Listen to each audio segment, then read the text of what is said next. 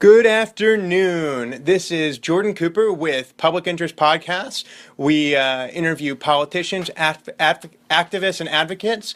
We're here today with Councilmember Marc Elrich from Montgomery County, Maryland, and we're here to talk about how he pursues his public interest. So, Marc, hello. How are you doing? I'm doing fine. Great. So, talk to me for a minute, a little bit about what you currently are doing or have done in your life to advance the public interest. Well, I think it's really hard to define a public interest because it depends which part of the public you're talking about. I mean, it would be wrong to suggest that there's any such thing as a universally agreed to public interest. I think there is greater agreement about some things we all have in common, but I think there's not always the same agreement about how one achieves a particular set of ends. So I've been involved, I guess, in a lot of stuff in my life. I was an activist in the 60s. I was involved in the anti-war movement and the civil rights movement at the University of Maryland. I helped organize a cooperative in Tacoma Park. Hold on, test. Okay, sorry. Okay, so you're help organize a cooperative in Tacoma Park, The grocery and cooperative food so store. why did you do that? What was it that really got you engaged in reaching out to? I mean, how does that get one involved in politics such that you pursue elected office later in life? Well, it wasn't just that. I happened to be living at Tacoma Park, and a bunch of people had organized an effort to open up a community-owned food store there. And I was. So you said that you are you worked in the. I helped organize. When I joined the group that was organizing it, I got involved. I wound up working in the co-op for a number of years. What is it? What is a health co-op? It's like you have a partial ownership. It is a food co-op, and we were sort of like owned by both members and by the employees, the workers. So the workers, the staff, had control over day-to-day operations. Why did that appeal to you? Why did that appeal to me? Because I thought that a grocery store where the customers kind of informed what the product selection was going to be, so they told you what they wanted and you knew what you were trying to provide them, and the employees had enough control over the workspace that they had a degree of independence, which I thought was really important. I've always been a big fan of worker-owned businesses. I think that they offer a good alternative and a good approach to economic development. So independence is something that's interesting to you. Well, It's I think when you're in it, no, it's not the independence in and of itself. It's the idea that you work for a living, and you're often the conditions you work in and everything else is dictated by somebody else, and you're not necessarily part of decision making that might make for a better operation. And in the food co-op, the workers made decisions about operations, and it was the kind of thing where you realize that if people are trusted with some degree of control over workspace, understanding that how you run the workspace is going to dictate how well you get paid and what kind of benefits you get. I see that as a good form of the business organization. So I want to bring this back to you being a council member right now. Would you say that you're seen as an independent voice in the council? And if so, why are you seen as independent? And is that a good thing, or how would you view that? I'm perfectly comfortable with it. I mean, Are you independent? Are you seen as an independent voice? I think I'm seen as an independent.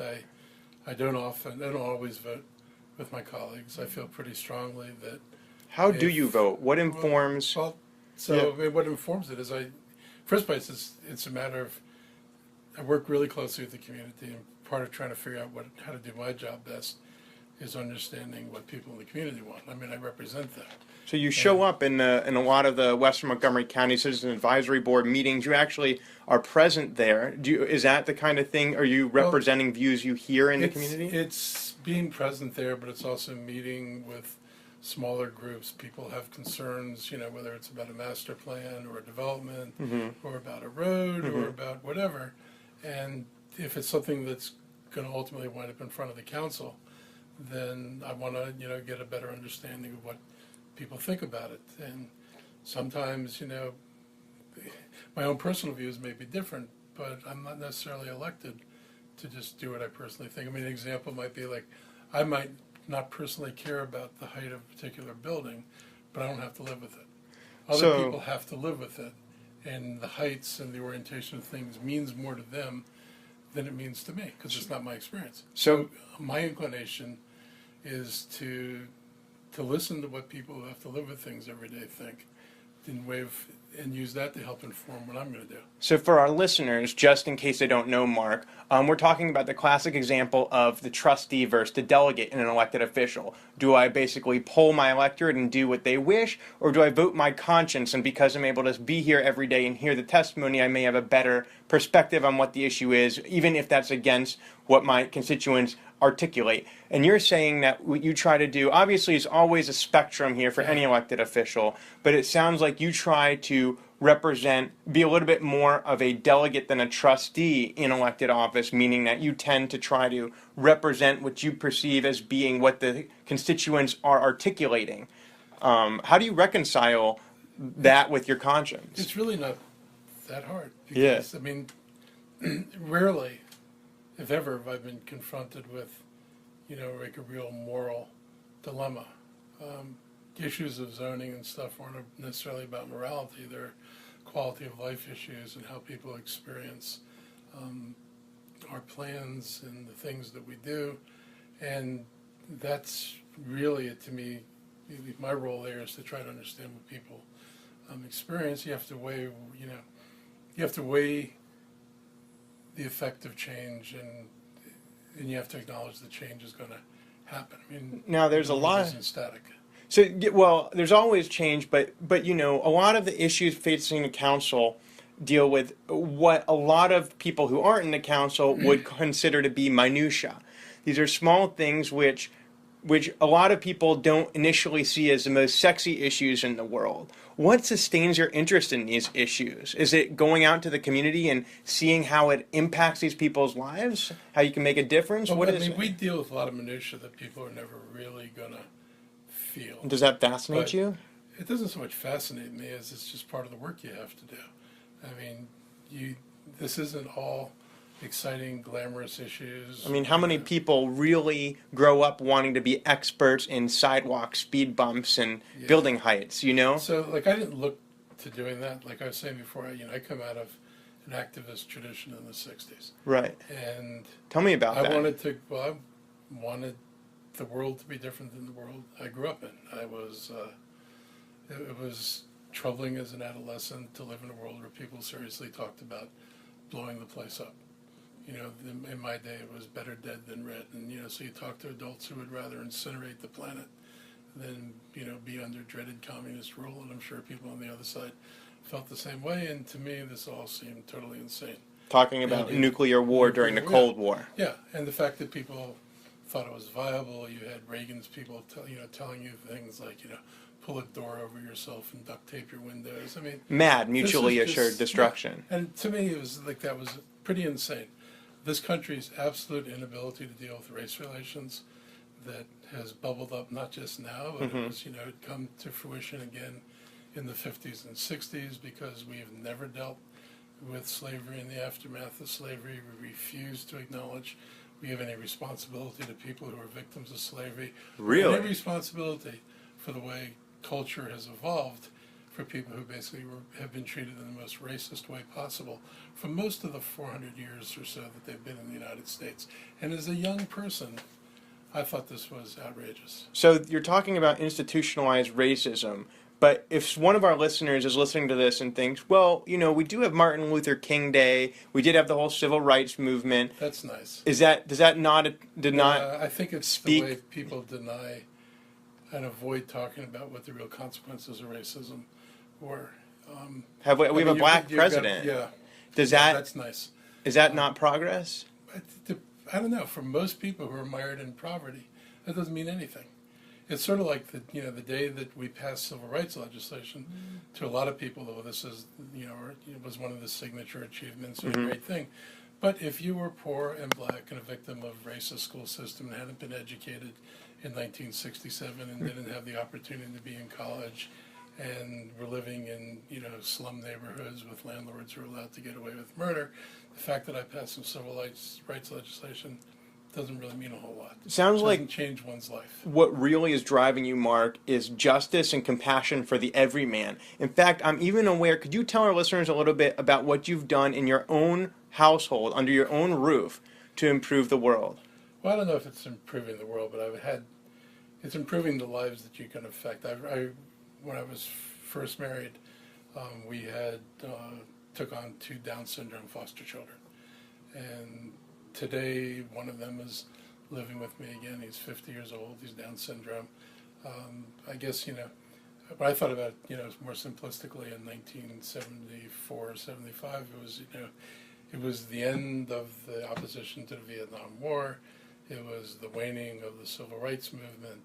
And, I think me and other people were frustrated that we hadn't made more progress than we made. But my ex at the time worked at an institution, and I got to know some of the kids there.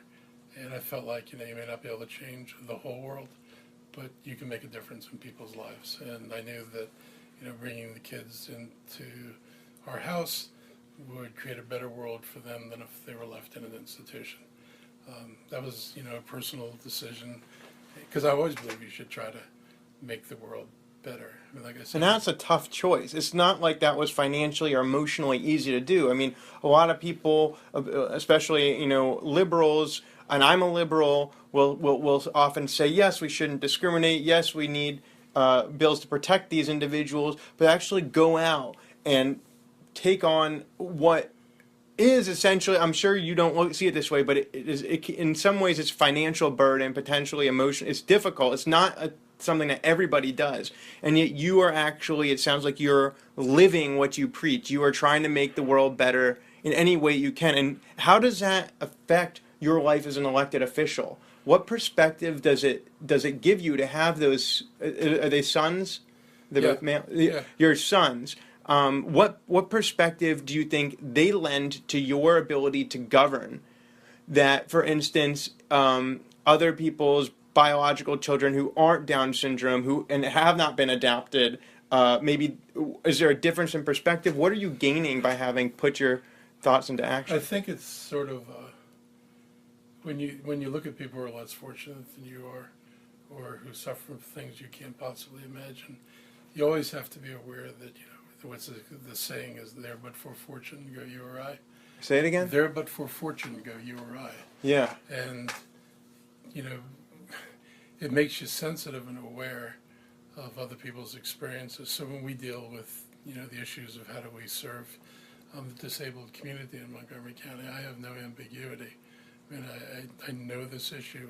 Like you said, I felt it and deal with it personally. So I understand what families need. How Montgomery County HHS actually handles issues, how the federal DHHS and how the Maryland DHMH offers services and resources to families with individuals of need. Or don't. I mean, we basically don't fund any of this stuff to an adequate level, just like we don't fund mental health issues to an adequate level. But I know when a family talks to me and says, we need funding for relief programs, we've got these kids, we can't leave them alone. Mm-hmm. I mean, some of this can be really, really difficult. And I've had the ability to look at this and say, yeah, I get it. And I guess that makes me more compassionate and understanding of it.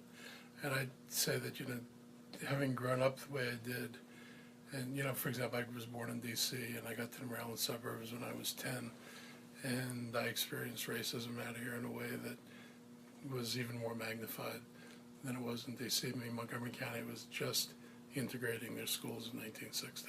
So why is, so for instance, Martin Luther King, who is a great leader of the civil rights movement and in helping ameliorate some of the terrible conditions that were facing the African American population, was never actually elected himself. Right. Why is it that you chose, instead of, I know that you've been involved in advocacy and a lot of it, but why seek elected office in order to impact to impact the world and improve that change as you in your own household. So as a civic activist, Yeah. I would go to school board meetings and testify on school issues. I would testify at the county council on issues that are in front of the county, usually relating to schools or development stuff. And I would, and in Tacoma Park, I did the same thing. I was a council member at Tacoma Park 19 years before I got elected to the county.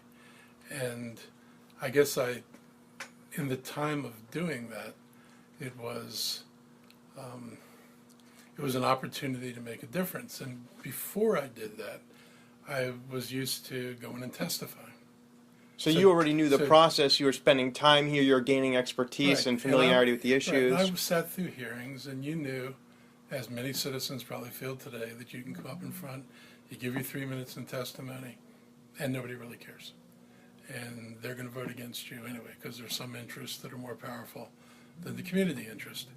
And you know that, when I was first on the Tacoma Park Council, we would vote on things immediately after a public hearing, which is like saying to people, thank you very much for your 3 minutes of comments. But you already don't need to think about and digest this. We've already made up our mind. They know who they're going to vote before the testimony. So I always felt like I wanted to be on the other side of the microphone. I wanted to go from speaking for 3 minutes to actually being able to listen to what people say and try to make decisions that encompass what people are saying. Now, how has the council changed since you got to the other side of that microphone? Well, some of the first things I did were get changes to the growth policy that required higher fees from developers, raise the standards so that schools were considered overcrowded well before they reached the insane proportions that were happening when I got elected to the council. And for our listeners, that just means basically that if a school is at 120% of capacity, no more construction can take place in the cluster. In that cluster. And when I got elected, it was 145% for the cluster. So you had schools at 180, 183%. Wow. But there was but because the cluster as a whole didn't equal 145, we continued to permit building. And, I've tried and continue to try to set stricter standards for school capacity. I like to set stricter standards for transportation and make sure we have adequate public facilities. Is there still voting immediately after testimony? No. Well, occasionally, but I will say, thankfully, mostly it's on stuff that receives no testimony and there's general agreement on. And a lot of other times, you'd see, like in today's agenda, we take the testimony and it's assigned to a committee for work sessions. So you take your testimony and you do your work sessions, which is the way I think it should be done. So do you think that your colleagues approach public service, or rather, hold on, I don't want to talk about your colleagues. Yeah. So you're approaching public service in terms of you're seeking to represent the electorate, to advance the public interest, and I'm trying to figure out, so, and you have been an advocate, now you're on the other side of the microphone, and you've changed some things for the better. And so what would you say that you're passionate about your job at the county council? Is it justice that drives you? Is it the idea of alleviating individuals' pain? What is it really that motivates you? Because it's a slog. It's tough to go through this job. And in the campaign, why do you do? And how many times did you run before you win for county council? I lost 4 times and I won the 5th time. Won the 5th time. All right, that's 4 consecutive losses, and I'm sure a lot of people over 16 telling you. And you were so into the unions, into the co-ops. How many unions endorsed you your first time you ran for office? Not even my teachers' union. Not even your own, and you say my teachers' union because they made a calculation that I wasn't likely to win, and you don't support somebody who's not going to win because they might punish you if they get elected. And I remember I had this conversation with somebody, and they said, we don't have to support you because we know you're going to do the right thing anyway. How'd that feel? Well, I was glad they recognized that I had a set of core values that weren't going to change whether or not they supported me. But I wish they had supported me. But it's cool. I mean, that's just part of life. I mean, people make decisions and calculations for what's in their best interest, and that may not always be in mine, but this whole thing is not about me anyway. So who's it about? But to me, it's about trying to make this place a little bit better. I mean, I feel lucky. Why are you lucky? Well, because I get to sit and listen, and I'm in a position where I can help people. I just don't have to look at the paper every day or the news every day and say, oh my God, why is this happening? Or why doesn't somebody do something about it? I have been put in a position where I can try to make things that I believe in real. So, like I push the minimum wage.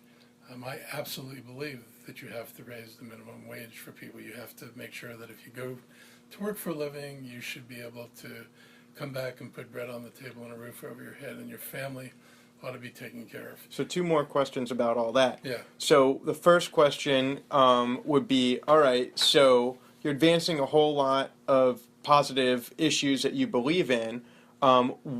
Why run for council, or why not run for county executive or Congress? Or why didn't you run for those in the 90s or in the early 2000s? Why did you choose to best help your community through the county council? Because I believe that the most direct effect on people's lives every day is actually at the level of local government. I mean, we are the ones who decide the police service you're going to get and how much. We're the ones that Now, decide. Tacoma Park City Council that you were on for 19 years Had police. is as local as possible. It's as local as So possible. why to leave there to go up to a higher level of government at the county? So issues like schools Mm-hmm. weren't determined by Tacoma Park. So decisions about funding of schools, we can have enough teachers and things, were above that level. And, Tacoma Park wasn't the only part of the community that even had issues. So these issues, from being involved with it, were countywide issues. Some of the development issues weren't just Tacoma Park. So the issues that really strongly impact your community are driven by policy in Rockville, which is why you chose to run for the... Far more than they're driven by policy in Annapolis. Now, so we're reaching the end of our session here. I want to ask one last question and then we'll wrap it up. Okay. Pretend that you, decades ago, are sitting right here in this chair and you're contemplating whether or not to run for your first race for Montgomery County Council. And let's say you could tell that former younger you, look, you're going to lose 4 in a row before you win, but these are all the things you're going to do once you do win. What advice would you give to yourself, a younger Marc Elrich, before you launch your first campaign for council? Look, I'd give myself the same advice I gave myself then. I looked at when I ran and I realized I had less money than anybody. I've always had less money than anybody But in campaigns. who got the most votes in the last election? I did. And who had the least money in the last election? I did. But in the beginning, it wasn't like that. But I looked at how many votes I got, and I listened to what people had to say, and I felt like, well, I get a pretty good reception. I just don't reach very many people. And what I did, I'd lose an election.